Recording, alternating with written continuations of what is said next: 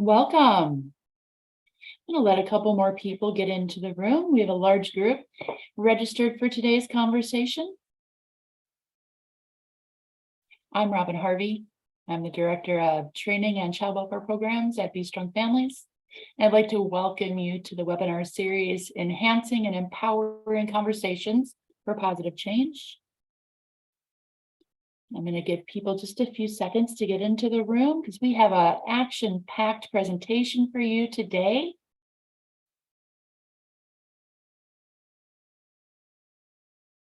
Welcome.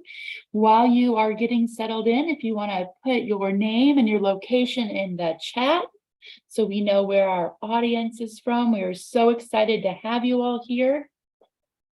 Again, I'm Robin and I'm from the Chicago area.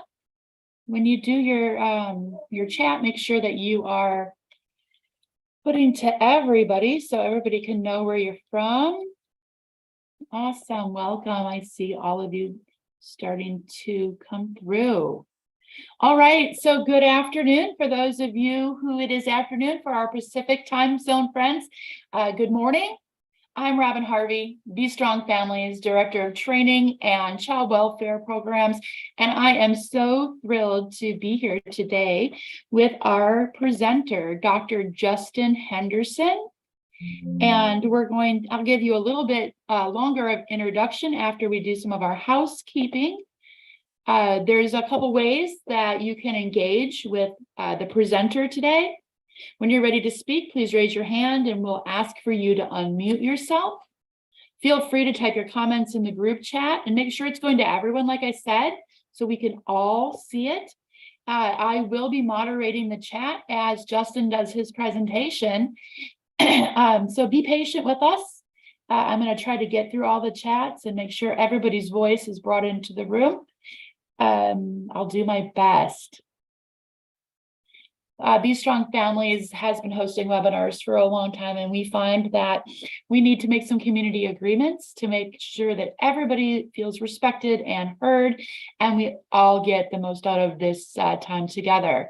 So first is speaking from your own experiences using I statements. The second one is follow the golden rule and treat people the way you would like to be treated. The second one is give yourself a break. Full presence is requested today here. Don't multitask.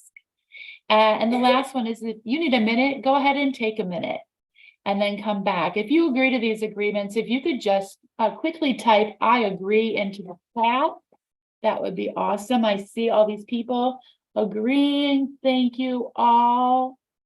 Thank you. Thank you. Great. They're coming in fast and furious, Justin. So it looks like we're going to have a really well-run webinar this afternoon. Okay, Lori, you can go to the next one.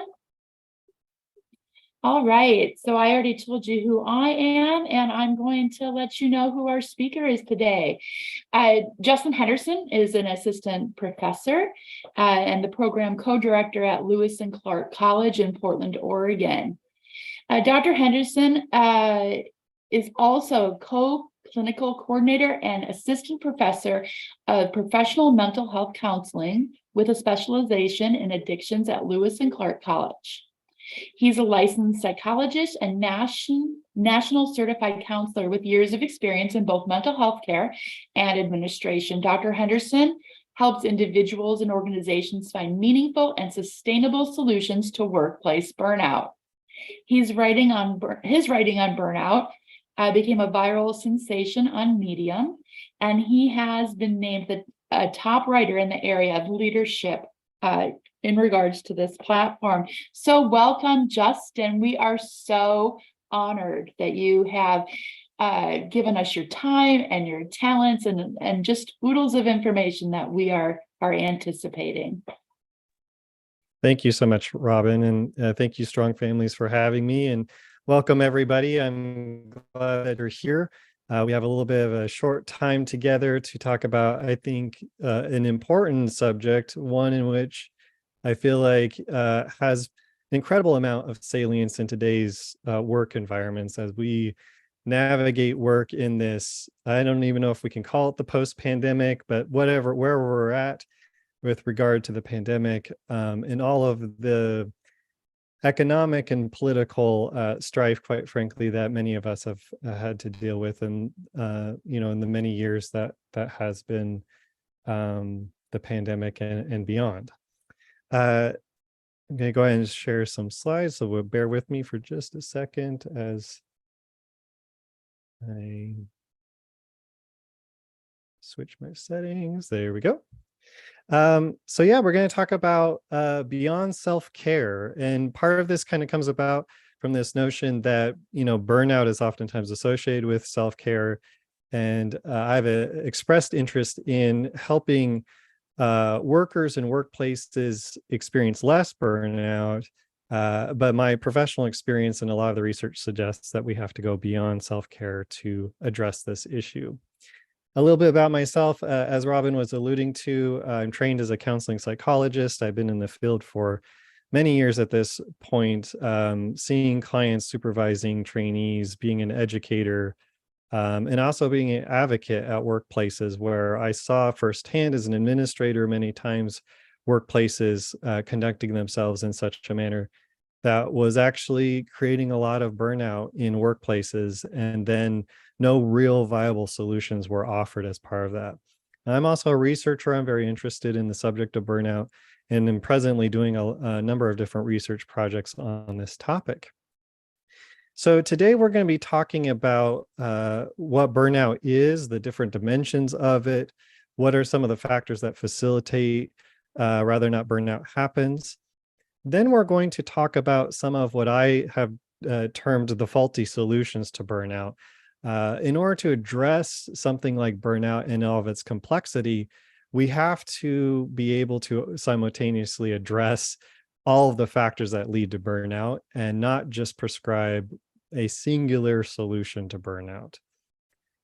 In order to do that, we have to understand that the origins of burnout actually can be seen from our work culture.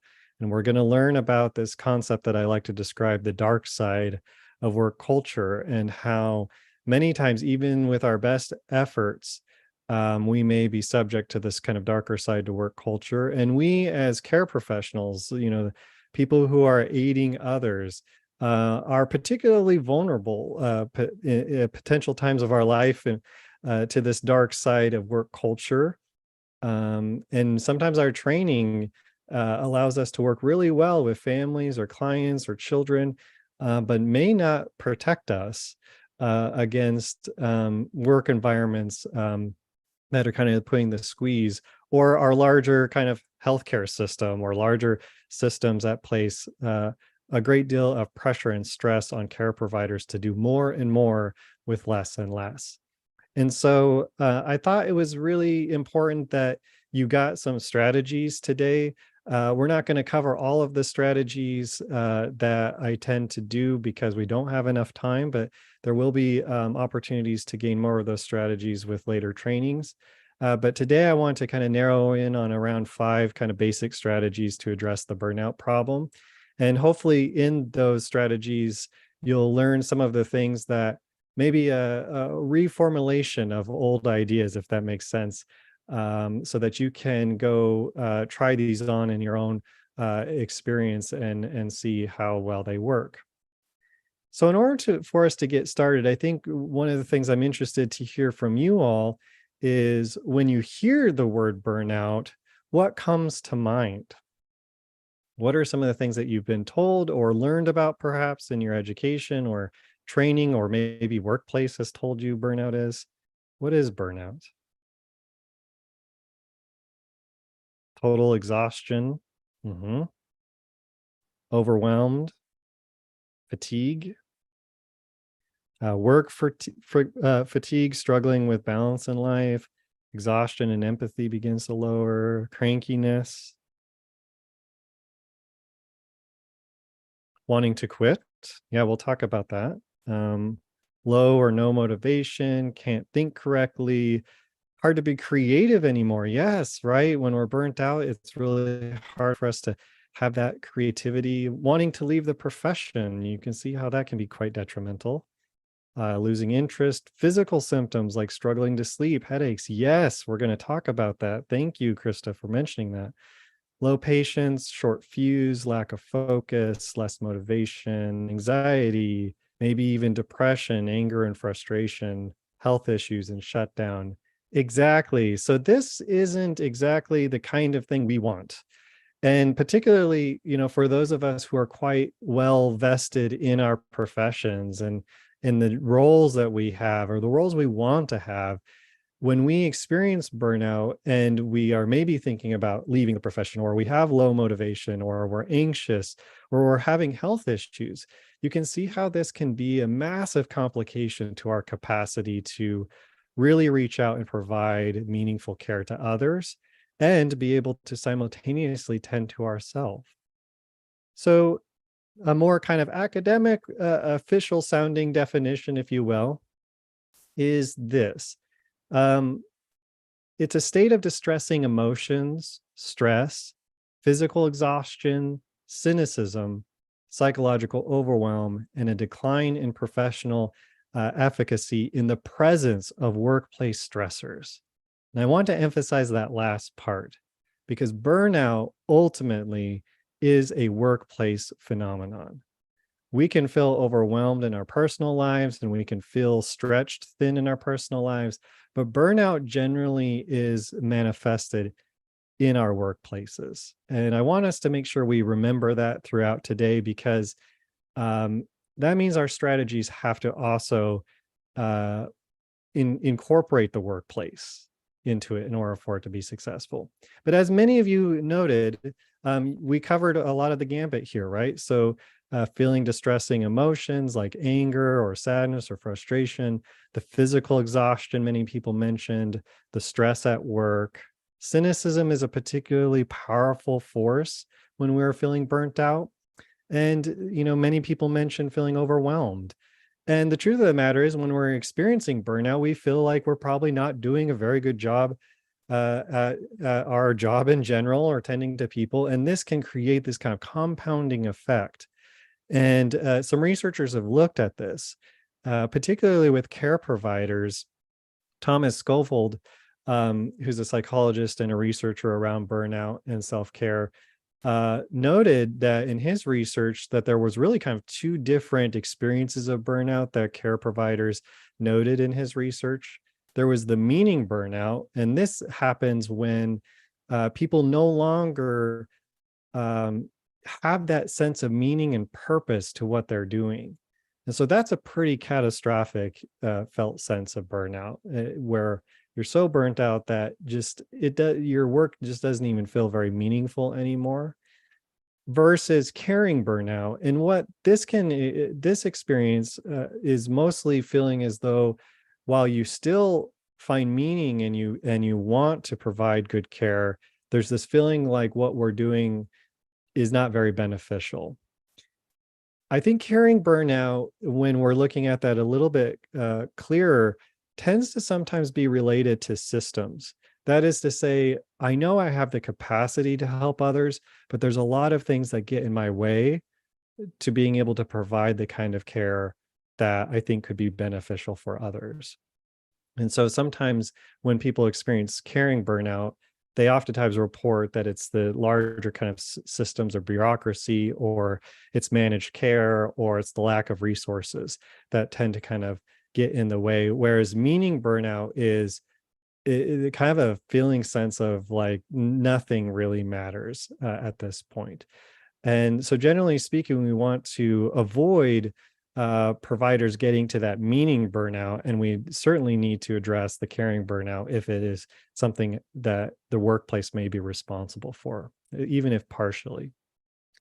Now, in the early 1980s, quite frankly, we knew that burnout had different dimensions, and Christina Maslach is one of the kind of core researchers in burnout, and she found that folks just in general who reported burnout had three different dimensions that they tended to respond strongly about.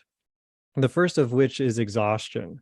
And exhaustion by itself, by the way, is not necessarily um, a sign of burnout alone. There are times when we can feel exhausted, but feel invigorated. I don't know if you've ever had this experience, but you've maybe invested a lot in maybe a project or some kind of activity or an event, and you feel really wiped from it, but it's kind of a good exhausted, like you feel like that was worthwhile energy expenditure.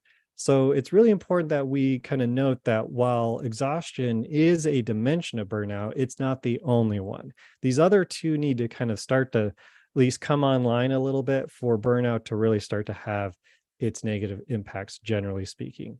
Or a person may have a feeling sense of exhaustion, but feel like that energy has not been um, utilized well for the activities or the agency that they're a part of. Cynicism is the next dimension, and that's when we start to see an attitudinal change where we're starting to have negative attitudes, maybe towards our clients or our workplace, this kind of withdrawal from professional obligations, a loss of idealism, things like that. And when exhaustion and cynicism start to kick in at a pretty moderate to high level, we tend to be much more inefficient. There's a reduction of productivity, there's a lowering of morale. And sometimes it can get so bad that there's really this inability to kind of cope with all of the workplace stressors. And so when these three dimensions are, kind of fully online and activate into our lives, we see that there are costs both organizationally and personally. So at an organizational level, we see an increase in turnover and absenteeism and workers that are disengaged from their workplace. We see that there's a reduction in their overall performance. But as some of you noted, and I'm so glad people noted this around the health issues, burnout has a physical health cost. In fact, for those who experience burnout and have heart conditions and things like this can be quite detrimental to one's health. So hypertension and stress are real health concerns, and when we're constantly feeling overwhelmed and stressed at our place of work, this can have impacts there. Many of you mentioned things like depression and anxiety and kind of relational issues. We can see that it has mental health costs, has relational costs. And we see that, in its most extreme form, burnout can cause death, that the workplace stress can be so intense that coupled with physical health issues, it can lead to most commonly, cardiac related mortality. So it's not just in your head. And certainly it's not something that just, going on a long walk is going to necessarily solve. We need something that's more complete than just that. So here are some of the factors, the leading factors that lead to burnout. A common one is work overload. And what we're facing in our kind of modern workplace is that we have to do more and more with less and less. And what that produces is work overload. And I see this with care providers of all strides. I see it with educators and counselors and nurses and lawyers and customer service representatives, family advocates. I see this in a number of different places, and it seems to be a kind of consensus across the board that work overload is one of the big ones. Another factor that can lead to burnout is a lack of control in your job. And what this is really like, do you have some places where you have autonomy and discretion, or does that seem to every year there's more and more of your discretionary capabilities kind of taken from you? Things like scheduling or whatever. It kind of depends on the job, of course. But when people report a lack of control, there tends to be more burnout. Insufficient rewards. This can obviously be things like money, but many people go into helping professions knowing that the money is not always the main kind of primary piece. But as I like to remind people, you still have to pay your bills. So money is certainly one of those things. But also, are people in this workplace being recognized when things go well, or is the only attention paid to workers when things don't work well? Lack of community is at the workplace, so feeling disconnected and isolated. Absence of fairness. This is when there's this feeling like there's a lot of competition in the workplace, or there's problems with equity and inclusion in the workplace. And then we see values conflicts, and that's between the worker and the workplace. So this is when you feel as though maybe having worked at a place long enough that it feels like what the workplace values may not be in alignment with your professional and personal values. So to kind of hit on this real quick, in a contemporary sense, we have problems kind of all across the board here. Increasingly, we're seeing workloads go up, as I mentioned before. We also can see a decrease in autonomy in a lot of fields, struggling wages, certainly with the aftermath of the pandemic and continued pieces there. Increased isolation at work, we certainly see that being a problem. A lack of support sometimes in being able to carry out our work, and sometimes a conflicted workspace. And so we see that this is a problem. So if it's a problem, then what is the solution? So what have you been told is the solution to burnout? What is the most common solution? Day off, self-care, taking time off, rest, vacation, breathe. Someone told me to breathe. Oh, goodness. Setting better boundaries, quit, use your holidays, work-life balance. Yeah, so some magically balance that the tasks are required. Exactly. So many of us, when I was in graduate school, being trained as a professional, I was taught that burnout is a real professional risk that I need to monitor. And one of the best things that I can do to avoid burnout, and certainly things I need to do when I do burnout, is I need to engage in self-care. And here is the big problem. We have to be very careful with this idea. Like many of you mentioned, like taking a day off. I don't know about you, but there's been times where I've actually taken time off from work and come back and things are worse. Things are just stacked up ready for me, and it was almost as if I would have been better off not taking the day off to begin with. And some of the problems that we're facing when it comes to burnout, as I noted before, won't be solved simply by, going on a long walk on a beach. Now, I'm not saying that self-care is a bad thing. I want people to engage in self-care. And I hope the message today is clear that self-care is critically important for you, but not just to prevent burnout. And in fact, what ends up happening is if we experience too much burnout, it actually has a paradoxical effect. So this is a research study that followed employees' self-initiated actions to prevent burnout and followed them across a couple of years. And what they found is that self-care practices actually were fairly decent at helping, on average, people not burn out too much. But they found that employees that engaged in self-care behaviors when they were moderately to severely burnt out, it actually caused more harm. Now, why would that be? Well, you have to imagine that, it takes energy to engage in self-care, and you want a return on that investment. But the problem is that we can get so burnt out, and many factors outside of our control that may even be part of our workplace is actually having more of a contributive effect to burnout than our individual self-care behaviors. And the truth of the matter is that we've known this for 50 years. And yet there's been this misguided attention to individuals who burn out. And the focus on self-care as the solution to burnout has come, unfortunately, with a lot of negative consequences. The first issue is that it assumes that if burnout is happening, it's because of the individual workers.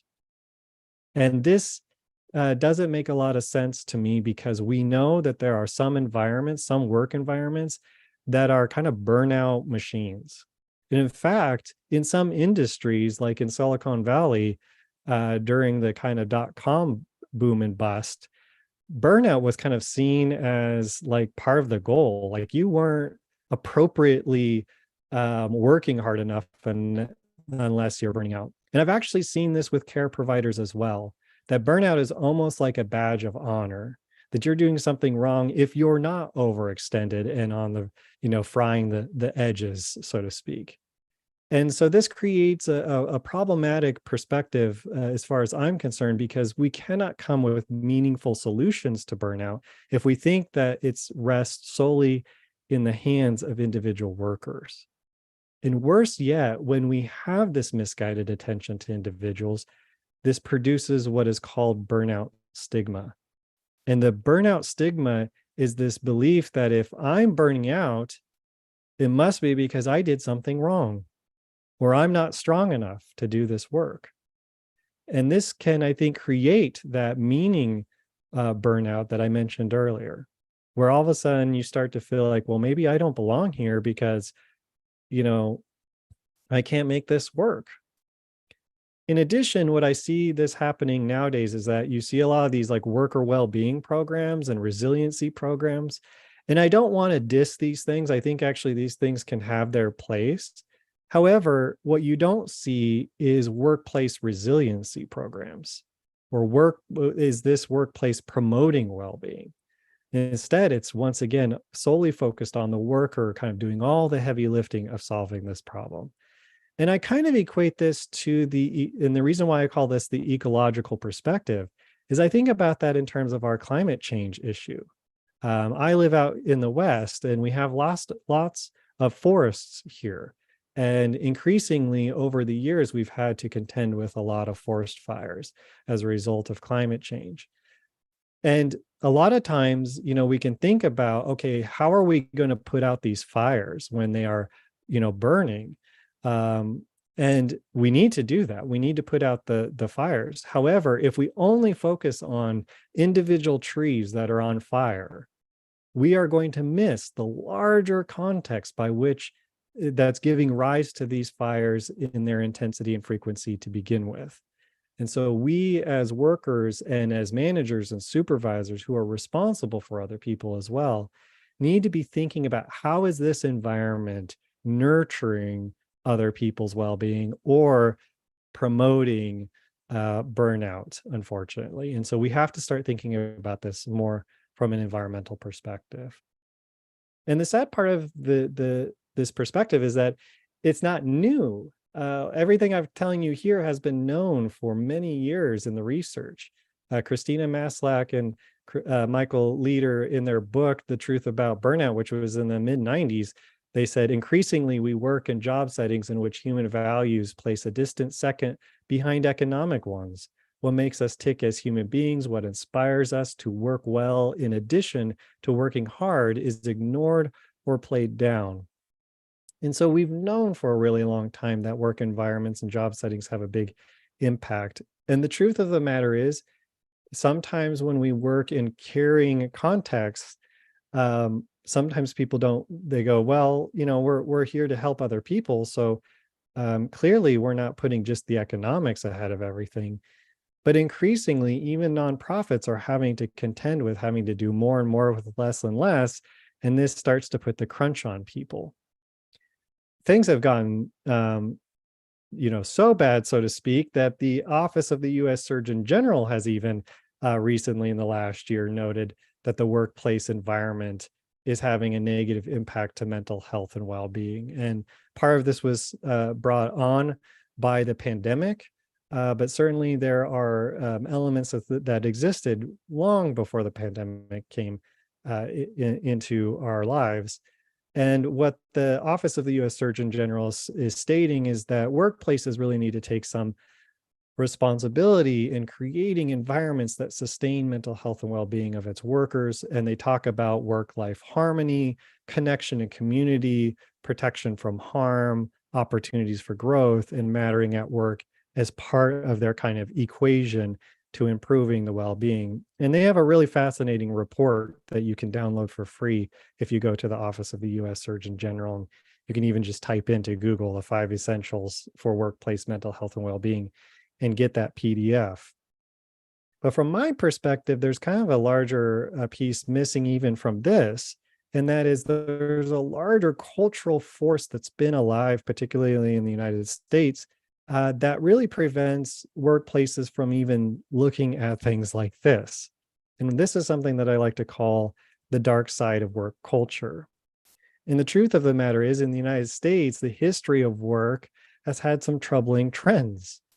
And there's been, in a capitalist society, there has to be this kind of constant push towards growth and towards profitability. And even with nonprofits, there needs to be this constant, maximizing resources, given that resource scarcity exists, and that many times you're having to try to meet the demands of the mission with fewer and fewer resources, particularly during economically troubling times.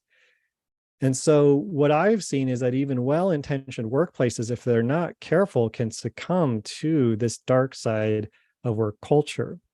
And what is the dark side of work culture? Well, it looks something like this.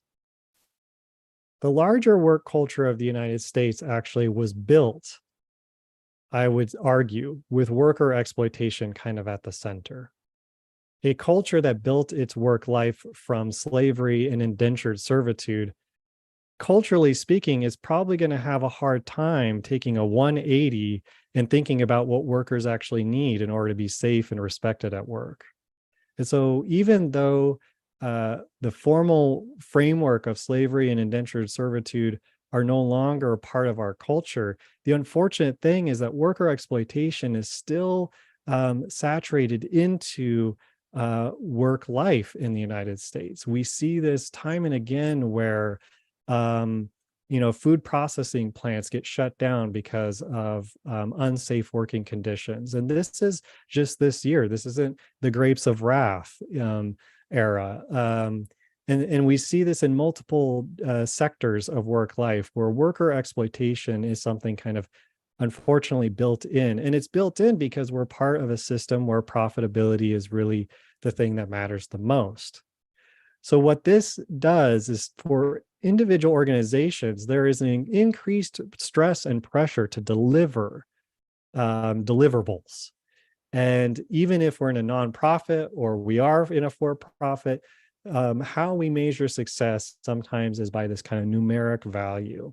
And if we're not careful, we can start to dehumanize workers for this bottom line. And dehumanization can look a lot of different ways, but it can even look to the degree in which you have to justify to insurance groups what it is that you actually do and provide that has meaningful outcomes to families and to individuals. To an insurance actuarial manager, they may not even really care much about that.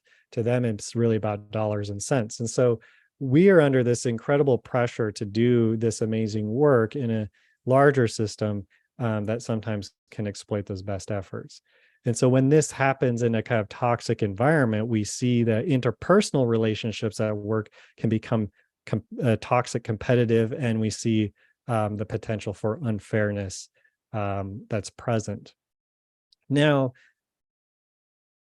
I could end there and say, okay, well, it's just the environment. However, we as individuals also may be more vulnerable to these forces if we lack sufficient boundaries to these dark forces at work.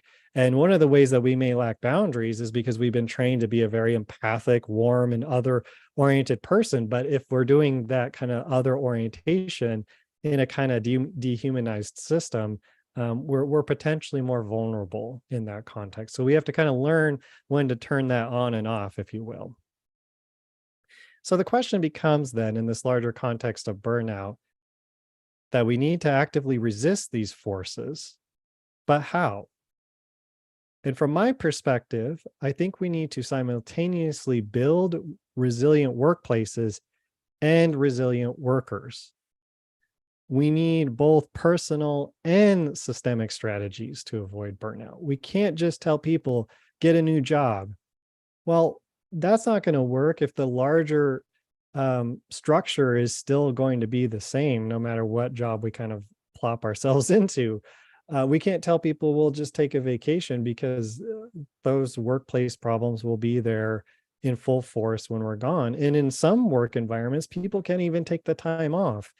Americans on average are terrible at being able to A, afford to take vacations, B, be able to take vacations from work and have workplaces respect that. And C, being able to separate themselves from work when they are off. Increasingly, we see workplaces wanting you to constantly be plugged in, constantly available, and this absolutely can have a deteriorating effect. So this is about the point of this presentation where you're probably feeling really drained and you're probably feeling down and you're going, oh my gosh, this feels so huge right now. How do we solve this problem? And the truth of the matter is, I think it's okay to feel those feelings. I think from my perspective and what the psychologist Les Greenberg talks about, he says, you can't leave a place you haven't arrived. And so for me, in order for us to solve this issue with burnout, we have to arrive at the totality of its issue. And so when we arrive, it sometimes doesn't feel all that great. But there is hope. And I'm going to hopefully, in the remaining time, talk a little bit about some of the solutions that we can employ and start to change ourselves and in our cultures, work cultures, to address this issue. And with that, I want to say that I'm not objectively against self-care. I just don't want it to be the thing that you're doing only because of your job. You know, I want you to go on those long walks, because long walks are great and they're fantastic. But if we only go on long walks because we're trying to avoid bad things from happening, that long walk kind of changes. I don't know if you've noticed that, but I certainly have noticed that sometimes my self-care practices don't feel as rewarding if I feel like I'm doing it because of my job. So what do we do? Well, the first thing that I would like for us to do as a larger kind of culture is to change how we see burnout. As I mentioned before, I was kind of trained to believe that burnout was a sign of weakness, or worse yet, that I was incompetent because I experienced burnout, and that I need to engage in more self-care, because clearly that was the problem. And this produces a lot of burnout stigma. And what burnout stigma does in the workplace is people will burn out and they don't know what to do about that. They just kind of, it insulates the burn, if you will. They tend to isolate, not cue people in that this is true for them. And then we can't find solutions. So one of the things that I would like for us to do in our workplaces is for us to be able to have conversations about burnout. That's not just about self-care, but really being able to, talk about, like, what are the things that are going on in the between individual workers and workplaces, that this interaction may be creating burnout for some of us. The truth of the matter is, sometimes the solutions to burnout may be relatively small to the larger context. Sometimes it's a particular system that's just stressing everybody out, and maybe we just need to change elements of that particular system. And sometimes the issues are bigger, of course, but simply not talking about that oftentimes leaves people believing that they must be, crazy for experiencing burnout. The truth of the matter is, you can do a lot of things right and still experience burnout. So that's kind of our first starting place. We have to reduce this stigma associated with burnout. And this makes a lot of sense for care providers, right? Because one of our biggest pieces of our job is to validate people's experiences. And so it's really important to validate our own experience of burnout when it happens. Now, the second strategy is, in my opinion, a very important one for all of you. And that is, I think we need to rethink what we understand self-care to be about. And I call this seeing self-care also as self-defense. And what I've shown you here is a kind of two-sided, a yin-yang, if you will, of self-care. And what I've noticed is that in general, there's been an imbalance of self-care as it's been described in the field. And that is that, generally speaking, as people have noted, self-care is really about health enhancement. It's taking care of your physical health and your mental health by doing things outside of work to kind of renew your energy, combat maybe poor mood or stress. And the truth of the matter is that there's nothing inherently wrong with those motivations. However, what I like to tell people is I haven't found a yoga pose yet that was able to actually teach my boss some strategies to be a better leader. And so one of the things that we have to recognize is the limitations of self-care practices, right? There's no long walk on the beach that's going to give me more autonomy at my job to be able to determine more of my scheduling at work, as an example. There isn't a breathing exercise that removes the stress of a really terrible electronic health record system. So we want to do those health enhancement activities, but they really need to be done because they just need to be done. My perspective is that I want you all, and myself included, to engage in health enhancing behaviors because they're health enhancing, not because I'm stressed out at work. In addition to that, I would like self-care also to be seen as activities towards what I call self-potentiation. Like, you're doing things because you want to be a well-rounded person, not out of a kind of dire need to be able to sustain your work. Of course, sustaining your work is important, but I don't want self-care just to be about that, if that makes sense. Now, for me, this was kind of the extent of my training, like engage in self-care behaviors, do mindfulness, do yoga, go on vacation, et cetera, et cetera. But the truth of the matter is that still doesn't change this larger cultural dynamic that I've talked about. And so we need to engage in self-defense behaviors. We need to understand that our work environment, if we're not careful, will constantly demand more and more. One of the ways in which this happens is something that I like to call a compression system versus a hydraulic system. Now, a hydraulic system is one in which, if you're given more duties, job duties, then other duties are taken away. So hydraulic means kind of like a hydraulic press where it's pushing liquid that can't compress very well. So it pushes that liquid, and that liquid then pushes to the other side.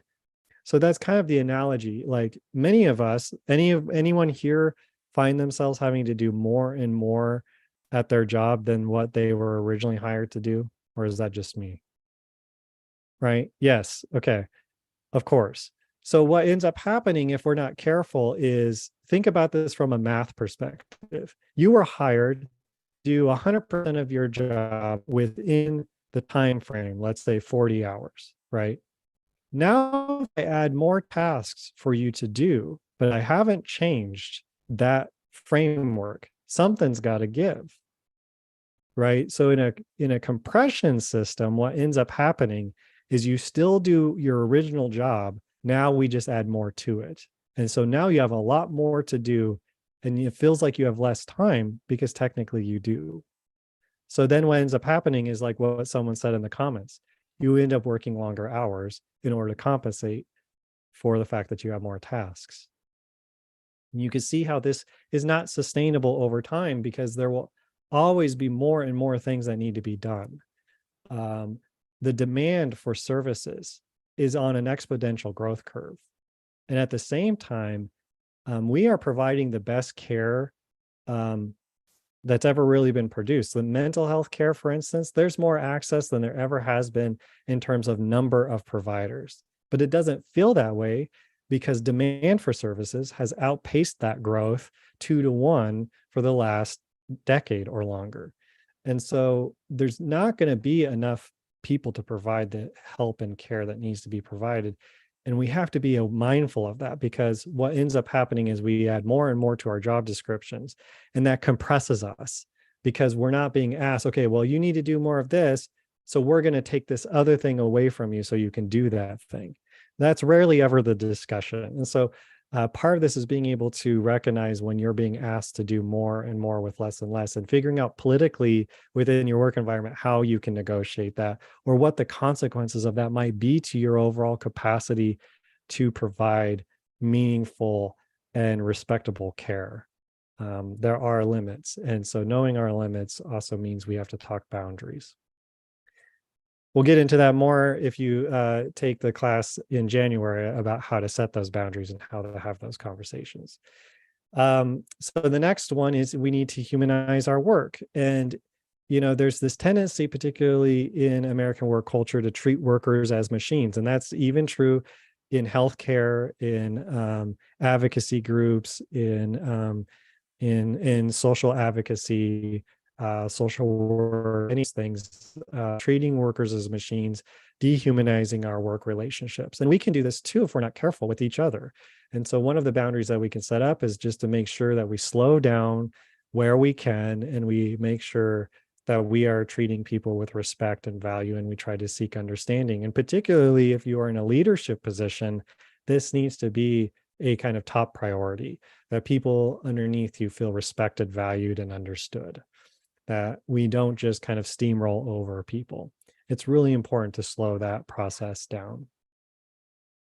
Easier said than done, of course, but we need to be paying attention where we are kind of dehumanized and where we're dehumanizing others, and trying to make concerted efforts to change that. One of the things that I see when I'm consulting with folks where this gets compromised is when people feel really isolated.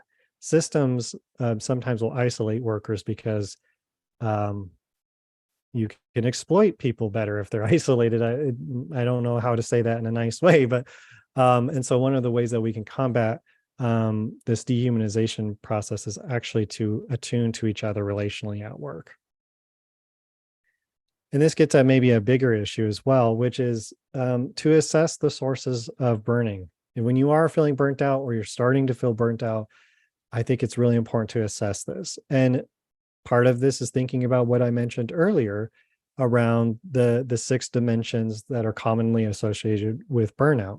Looking at your workload, looking at your sense of control or discretion, looking at, are people paying attention to you when things are going well, giving you that kind of positive feedback and a strength-based approach. Is there a lack of community? Is there an absence of fairness? Are there values conflicts?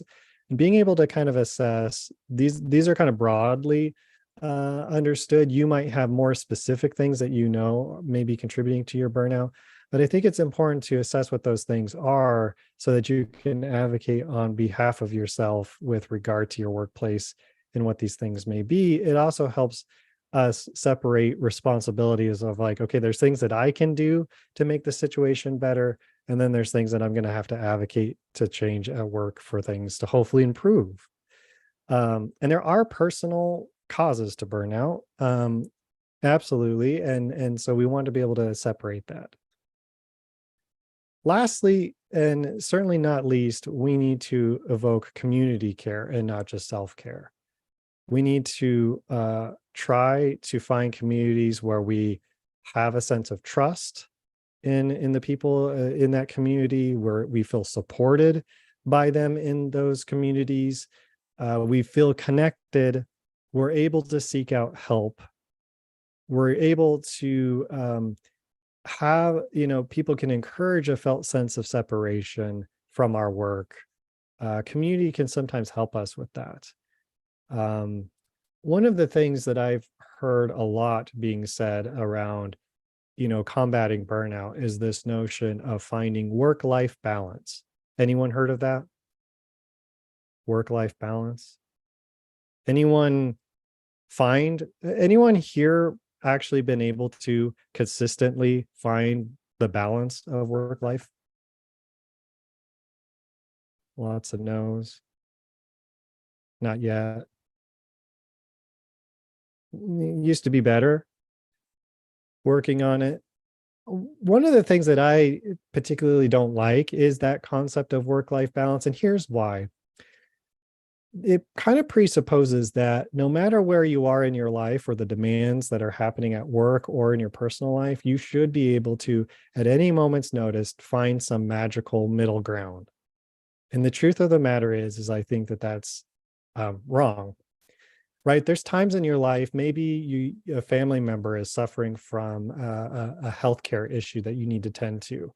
I really hope that you don't have work-life balance then. I really hope that your life side of things is more dominant than the work side of things, if that makes sense. I hope your attention is more in alignment of the people immediately who you need to care about.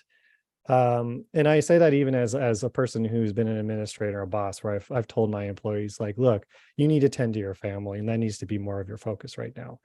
And even giving them permission that that's okay.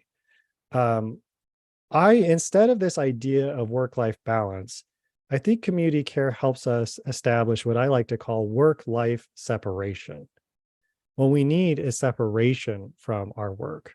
That means that when you are off the clock, so to speak, you're off the clock.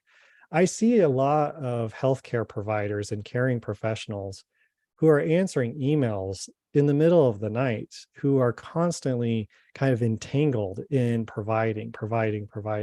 And this can be quite detrimental to people's overall capacity to help others. And so and to stay vigilant of workplaces that tend to revere or uplift the people who have the worst boundaries with work.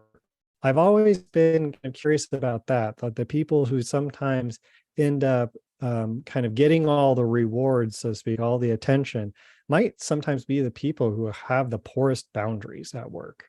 And if workplaces uplift that, like they go above and beyond, I'm kind of the mindset of, actually, let's celebrate the people who didn't have to go above and beyond to get this task done. They did it because it fit within the parameters of our work. But there's so much of our work culture that is kind of inundated on this notion that we need to be constantly grinding and hustling and working above and beyond. And it just doesn't add up. Just like in capitalism, this notion of growth is endless. Like it needs to constantly be more than it was last year. We cannot work under that kind of framework personally, that we have to do more this year than we did last year. That's unsustainable. And so I think it's really important to see how that work-life separation is key. We also need to find rest. Many of you mentioned that. So we do need to find rest, and that means that we are disconnected from work. And lastly, we need community care in our workplaces, especially where we can communicate how we're doing in the space of all of these stressors. So while these strategies aren't going to be quick fixes, hopefully this will point you in the right direction to start thinking about burnout, perhaps from this ecological perspective. And so the 3 takeaways from today, if you get anything, is that burnout is a workplace problem that needs workplace solutions, that workers need to actively resist the negative aspects of the dark side of work culture, and that there's personal and systemic strategies to avoiding burnout and to addressing it. And I wish you best of luck in trying to change some of the cultures that may produce burnout in our lives. And with that, I just want to say thank you so much for having me here. You can reach out to me via email if you have any other questions or concerns or things that you're interested in. And I've given you a link to both my faculty website and LinkedIn. You can, if you're on LinkedIn, I'd be happy to connect with you. I think that's a great way for us to build community together as well. And with that, I'll turn things back over to Robin, who has some announcements. Thank you, Justin. Wow, that was so much information. That was so useful. I know that I was taking notes and writing things down that I could change in how I move. So I really appreciate it. And I'm really looking forward to what I'm going to talk about next, which is we are hosting you at our Be Strong Families Institute. So there is going to be a 3-hour session with Justin on January 11th, 2024. If you'd like to register for that, there is a QR code there, and you could, scan that with your phone and get yourself registered. We're really looking forward to expanding on this information and really starting to dig in and be the change we want to see. We want to have a cultural shift here. And I think that this is a really good beginning for that. So Justin, I can't say enough. Come in January, folks, and get some more information. All right, Lori, you can go to the next one. Also, I'd like to invite everybody to attend what we call a Taste of Cafes. Parent cafes are a great conversation technology. It's peer-to-peer learning that offers all of us an opportunity to self-reflect while talking either about the vitality domains or embedding the strengthening families protective factors. There's 3 opportunities here listed for you. If you'd like to come out, we'd love to see those. Next, Lori. All right. We also on our website have a speakers and teachers bureau. Everybody who has ever participated in one of our Be Strong Families webinars is invited to come and be a part of the Speakers and Teachers Bureau. If you want more information on that, you can use that QR code. You can visit our huge library of partners in spreading really good and valuable information. Next. And then there is the workshops that are part of the Be Strong Families Institute. This is the November schedule. Again, there is a website there and a QR code for anybody interested in that. I don't know if everybody's heard, but this is the most exciting thing that's happened in the last couple of months. Be Strong Families has produced our first coloring book. So it is a great opportunity to start talking about those protective factors with our kiddos. There is a QR code there. You can order that on there. I do know that there are some pre-order bulk discounts that Lori's going to put up. The last slide said that it was over in September, but we have extended that sale to October 19th. So if you're interested in buying coloring books for your agency, they make great Christmas presents to send home with kids. You can use them during cafe time, if there's childcare, all of those things. We'd love to get that word out. And then there's the Living the Protective Factors suite. All of these things complement each other really well. There's affirmation cards. And there is a Living the Protective Factors book that is authored by our CEO, Catherine Wolf, along with a lot of different contributing people that were part of our Strengthening Families movement at the beginning. And then there is a playbook that is a 49-day walkthrough, a deep walkthrough, each of the protective factors that can strengthen your families from the inside out. All right, Lori?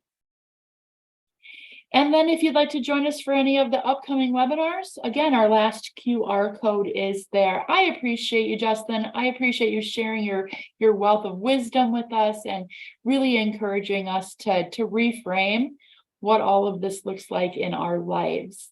I do have some people in the, oh, good. Thanks, Justin, for putting those takeaways. Yeah. I was too saw busy that. looking at the slides. Thank you.